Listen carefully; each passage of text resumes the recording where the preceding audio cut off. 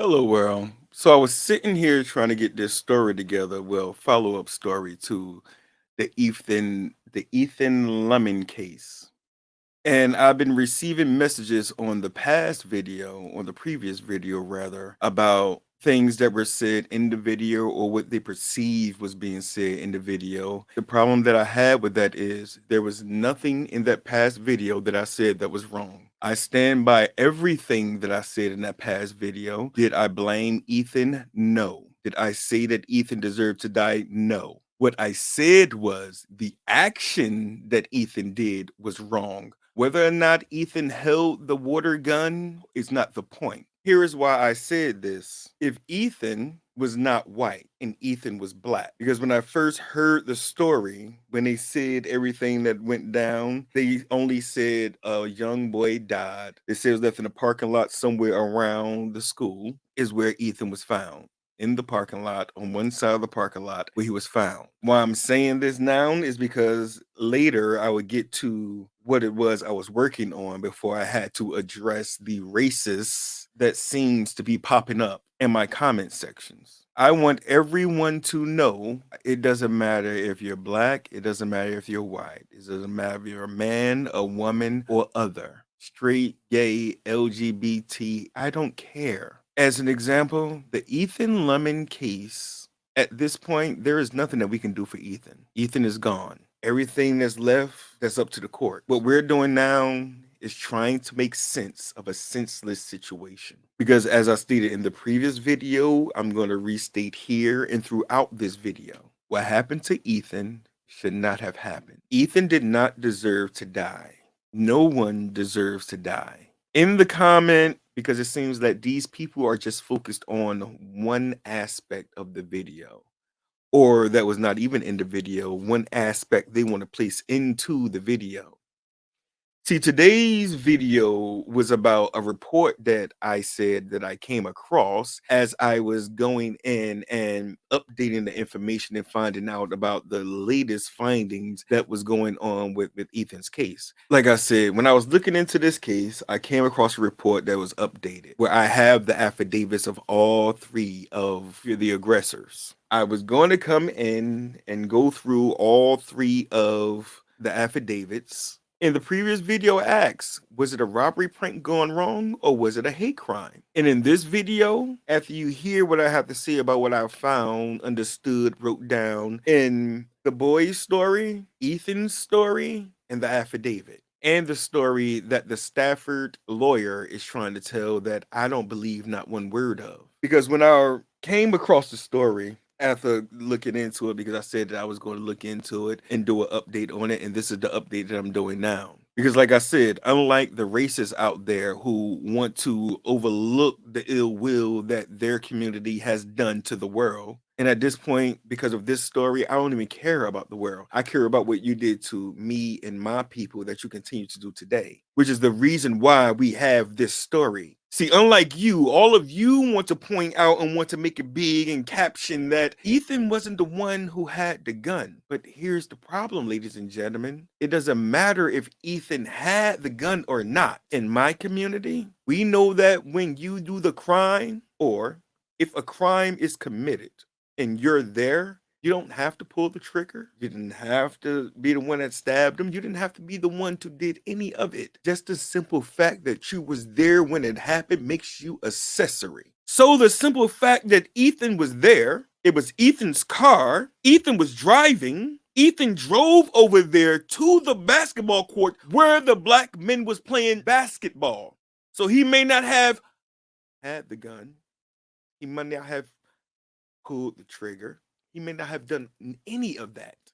Ethan is still responsible. Ethan still has a part to play. And even though Ethan and his friends all bear equal responsibility for what happened that night, it still doesn't justify Ethan losing his life. Ethan was only 17 years old. Ethan was an All-American. I was trying to figure out what was an All-American doing around a group of black boys. And it reminded me of a story that all of you like to tell us. Well, not like to tell us, but when you kidnapped us, stole us, beat us, violated us. You gave us a book. You didn't let us read the book. We couldn't interpret the book. We had to let someone else tell us what was in the book. But our hearts and our souls told us that there was something different. But inside that book, there is a story. And there is a man in that story who y'all call on today who want to come back to save all of you. But I'm trying to understand, how can you want to call someone to save you that you didn't want to listen to when he was here the first time? See, what I mean is Ethan reminds me of the not Jesus that's in the Bible. The reason why I say this is because, see, Ethan wanted a different world, a better world, because he knows, like all the rest of us knows, race is imaginary. We're all human. That's it. There's just one race, the human race. The only thing that makes us different is the color of our skin. That is it. If you don't believe me and you think that you're better than me or you're different than me, then explain to me, what were you doing in 2020? Were you still out partying, living your life, making money and doing everything that you would normally do during that time? What were you doing in 2021? How about now? Is the president hurting your pockets like he's hurting all the rest of our pockets? Did they lie to you like they lied to us? Why do you continue to think that you're different when we are the same? The reason why you think you're different is because they tell you that you're different, but you're not. It's a lie. We're all the same. Ethan understood that. That was the reason why Ethan was hanging out with those boys. When I first heard the story and more information came out, when I did the first video, all the information was not out that we have now. This is a more complete story that we have, and enough of it that, again, my first video still stands. This is just a validation, confirmation, and to give clarity on what went on that night. And for you to understand, we're tired of our children dying and being sacrificed, and I pray that you're tired of yours. Because how many more do we need to lose? Ethan didn't have to die. All of those people who were minding their business shopping in that Buffalo shopping market did not have to die. Those teachers who went to school and those children who went to school to learn and prepare for the end of the school year did not have to die. Trayvon and all the rest did not have to die. Martin, Malcolm did not have to die. JFK did not have to die. If you're not understanding what it is that I'm saying here, then let me make it clear for you. Because of racism that you want to keep up, because you want to keep feeling that you're better and you're not, because you don't want to admit the truth and finally let all of us heal from the past, because I want to heal, millennials want to heal, Gen Z want to heal, but it seems like Generation X and all those before, not all, but too many of you are holding on to the past. The past is over. What happened, happened. We understand it happened. But it's time for us to heal, get over it, learn from it, and grow. So we can stop these things from happening to people like Ethan and to people that's not like Ethan. Because until the blacks and the whites heal from the same shared history that we have here in the United States of America, we will continue to corrupt all of the other POCs in between. Because as long as we fight and continue to argue over things that don't matter, because like I said, this story right here is bigger than Ethan, is bigger than the Staffords, is bigger than Ethan's friends. The reason why I say this is because Ethan was with these boys, because this is a different world now. We don't care about color, we don't care about sex, we don't care about religion. All we care about everyone getting together. You do what you want to do. Do what makes you happy. What makes you happy? What can you do to make you happy? And then you can heal the world. But yet you are doing what they telling you should be happy about, which causes things like this to happen with Ethan. Because Ethan and his friends represented the new world. The boys on the basketball court represented the old world. The incident represented regular adolescent hijinks. Because again, I was Ethan's age. I was Ethan. Because we're all human. We were all that age. We all did stupid things, especially when you're a boy, especially when you out there and you out in the world, and then y'all just doing what y'all at that moment feel y'all want to be happy because y'all just free. You want to have fun. Like I said, breaking this down, the act in what Ethan and his friends did was not wrong. It was a joke. It was a prank. Ha ha. We all get it. It's funny. The problem is everyone doesn't like jokes. breaking this down for all the racists that want to pop up in the comment section because they refuse to listen to the entire video and only want to hear what they want to hear. Go to the comment section, make a comment, and leave with the same hate they walked in with. Ethan did not deserve to die, but there is a lesson in Ethan's death. Ethan didn't deserve to die, and Ethan's death is not meaningless.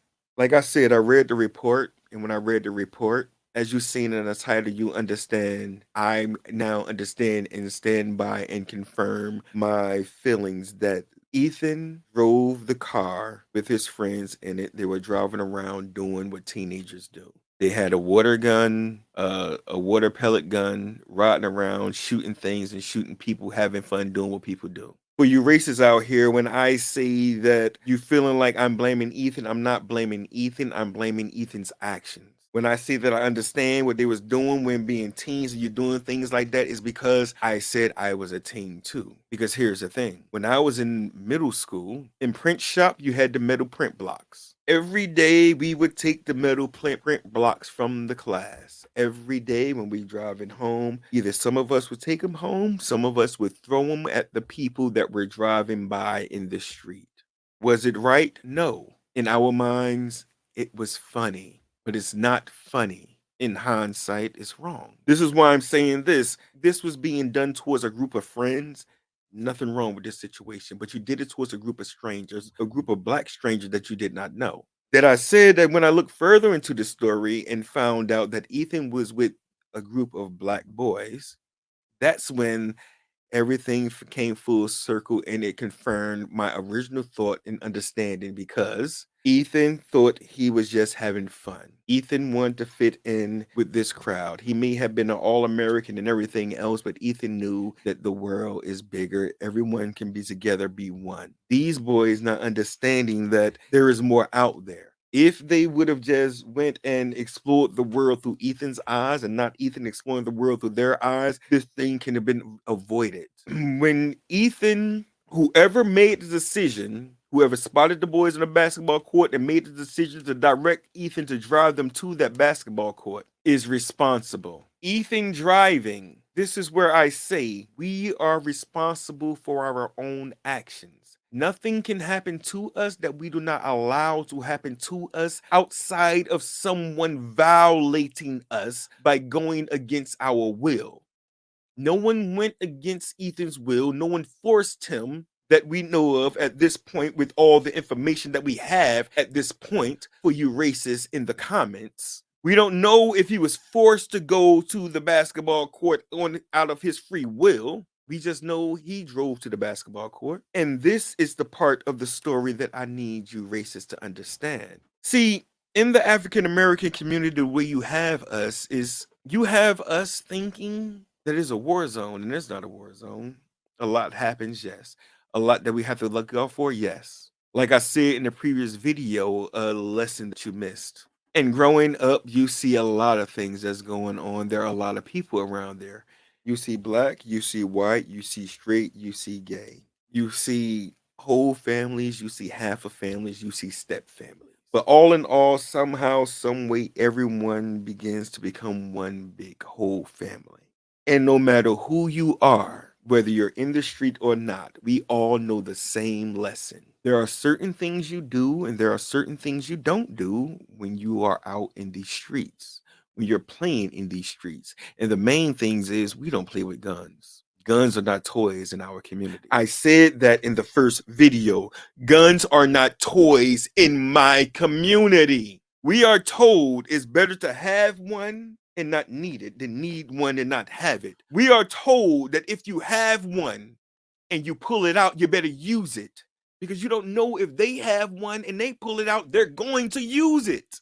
When I said that I can understand, I told you my story, but I see you racists don't understand. We learn from our pain. We learn from our past. But then there are those of us who, for some reason, when we get together, we get silly and we forget. And when things go left, we say, but it was a joke. But we know the lessons. We know what we need to and not to do. And the boys that was in the car with Ethan knew this. Because when the thing is in the hood where I'm from, when a car go by, it's just a car.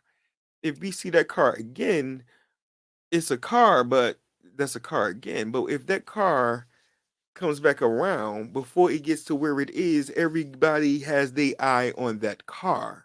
Stereotype, bad stereotype, call it what you want. When we see a car full of young men, a car full of men that in our minds that we know because we live in it, we know who to look out for.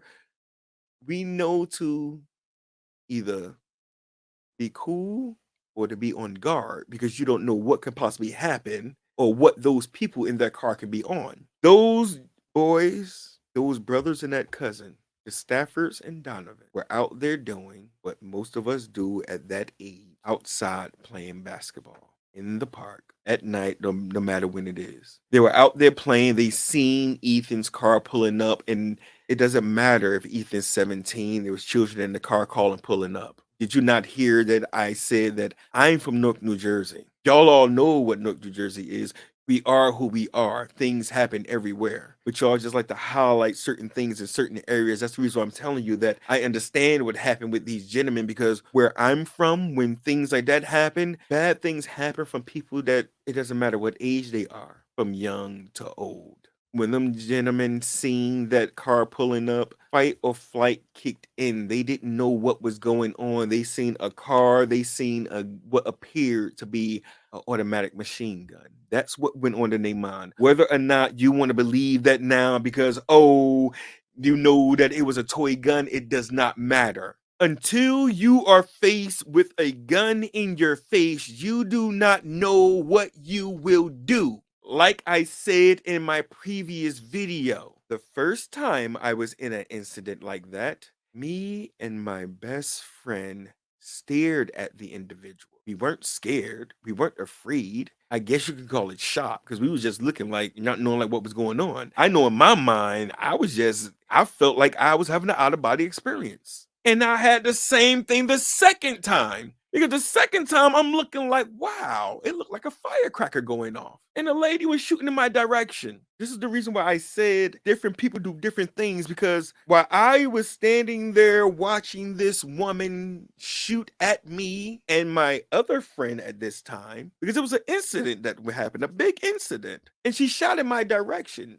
towards me and my friends. We looked at the fire. The bullet came past us, didn't hit us, but it hit a building behind us. And while we didn't move, we watched them doing what it was that they was doing. There were others that was around where fight kicked in. They didn't care she had a gun and they attacked her. At this time, we were children.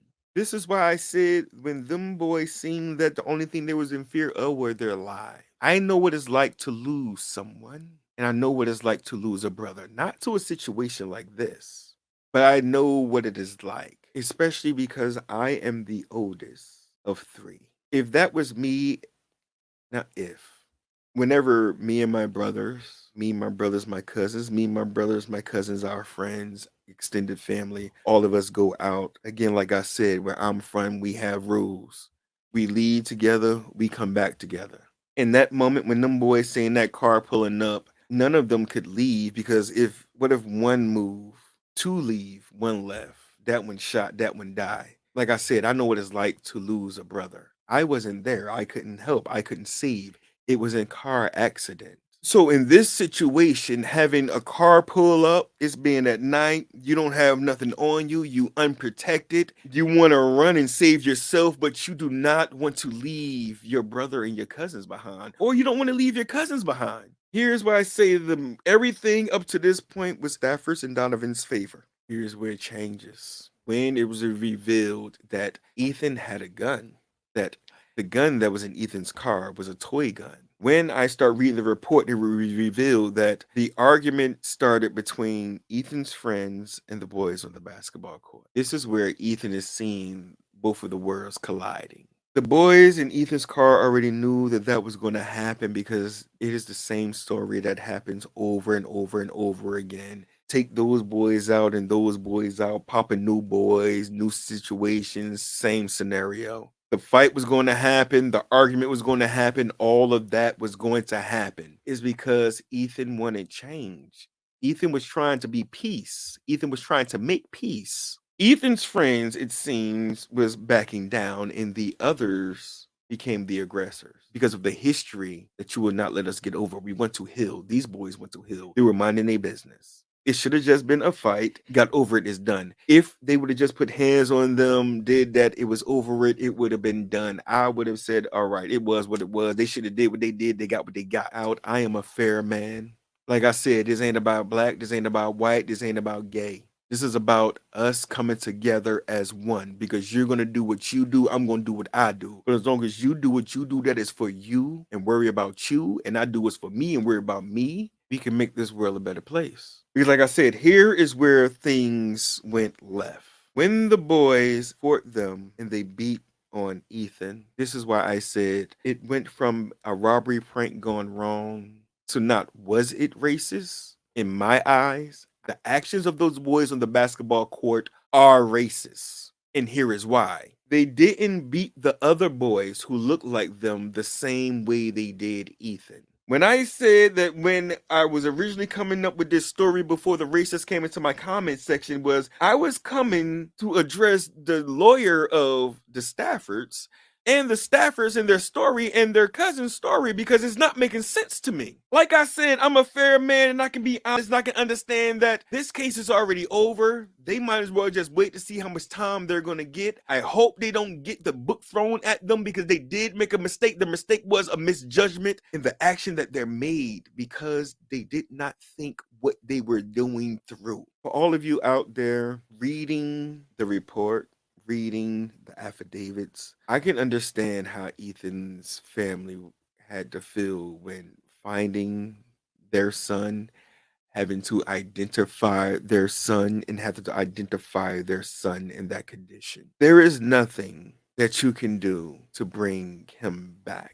He was a kind person because look at who he surrounded himself with. Do not judge the actions that these boys did this night to crucify either side, because it's time to stop crucifying side because of skin and start crucifying actions. We need to end these actions and understand that there are right ways to play and wrong ways to play, and this was a wrong way to play. The retaliation these boys did, a fight, cool. But this was beyond a fight. This was not a fight. This was exactly what they're being charged with. This was beyond a fight. These boys said that they beat them like this because they were angry. They were trying to defend themselves. They were afraid. I said all this. I know this. But you weren't, because you beat this boy to death. To be honest with you, the fight really didn't have to happen because all you had to do was just take the gun, if it was easy for you to take the gun, because you took a gun, you took Ethan's car, and you took a friend's phone.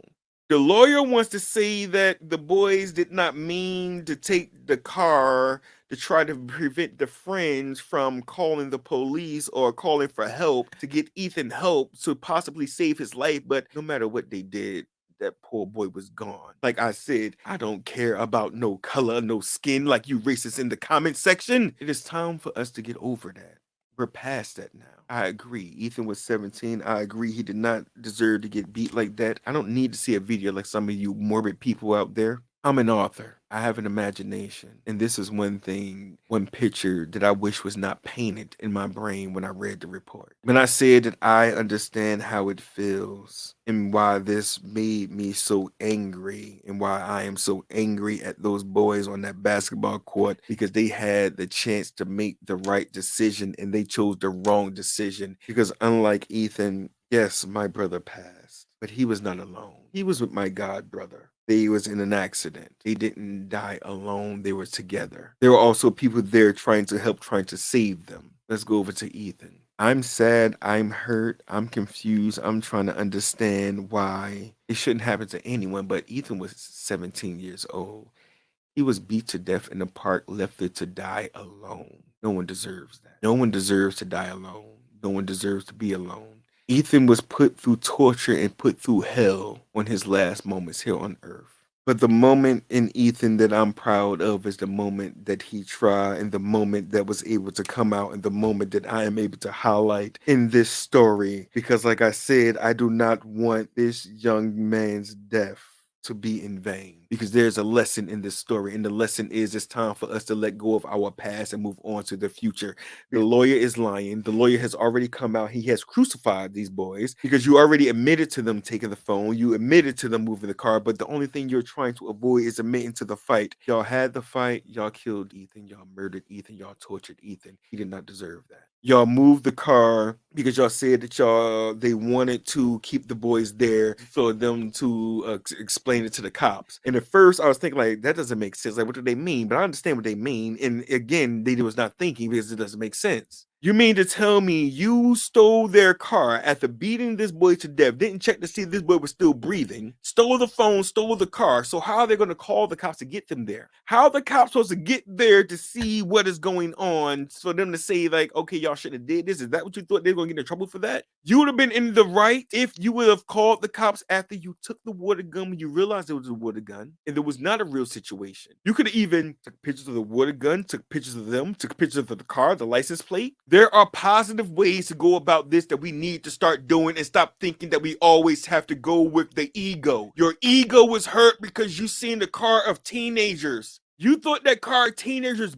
you, and you thought you was going to bitch them. On top of that, you saw a car of teenagers, 3 black boys, a white boy, that you felt bitched you, and the pain of the past that we need to get over, need to exercise and come to terms with, came out and caused you to go into overkill on Ethan because Ethan did not deserve that. You moved that car for what they believed you moved that car from keeping Ethan from getting help. Because if that was not the case, you would have left that car there. If that was not the case, to prove that destroys this whole thing, and your lawyer gave it to us. Your cousin took the phone and the brothers took the car. Without the phone, without the car, how could they get help? And then when you moved the car, if you wanted to explain to the police, why didn't you call the police? Why didn't you stay? No. Reports say you were captured, not turned in. Your lawyer said you didn't turn yourself in because you wanted to come in with the police. That's understandable, but it destroys everything else that you were saying. Ladies and gentlemen, it's like I said, there is a bigger story in this story. Ethan did not deserve to die. Ethan, like many of us out here, want this to stop. We want this to change. We want to live in peace. We want to live in harmony. We can grow together. If not today, when? We don't need another Columbine. We don't need another mass shooting. We don't need a so-called race war that they're trying to push, because there is no race war. Because in all actuality, we all love each other. We all care for each other, because it's noticed in when the Buffalo mass shooting happened. When the Buffalo mass shooting happened, we were all angry together, but we did not have time to grieve, because in the next mass shooting, and the next mass shooting happened, and then this happened, and then that happened. Ladies and gentlemen, if you're not paying attention to the signs, we are not approaching the end game. We're in the end game. We're not approaching the end times. This is the end times. We're not approaching a new age. We've already crossed over to the new age.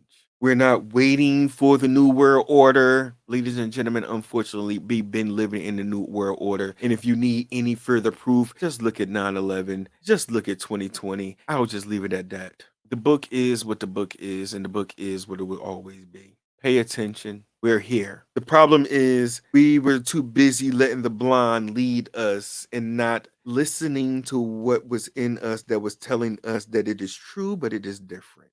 The key to this, because as it seems, as it keeps changing, as it keeps going, as we keep getting new gurus and leaders and guides to try to get us to point us in the right direction, everything else was hard. So we were given a loophole. The 10 commandments are easy for us to do if we just do one thing. Focus on ourselves, love ourselves, connect with ourselves, connect with our higher self, and spread love across the world. When he said to be fruitful and multiply, it didn't mean just in giving birth to babies like rabbits and not giving them anything, just leaving them there empty and not filling them with anything. Fruitful and multiply means be fruitful and multiply. Whether you're a man and a woman and a woman, a man and a man, it doesn't matter. The energy is the energy. The love is the love. The union is the union, as long as there is the balance. Be fruitful and multiply. Create the next generation. Teach the next generation. You also be fruitful and multiply in the love you give to yourself, to your mate, to your children, to your family, to your community. Because, like I said, ladies and gentlemen, this needs to stop. Ethan did not deserve to die. Ethan did not need to die. No one else needs to die. We've lost enough babies. How many more before we say enough is enough? Remember to like, share, comment, subscribe. I'm Akeisha Aquilod Mullins, and this is The Ocracy.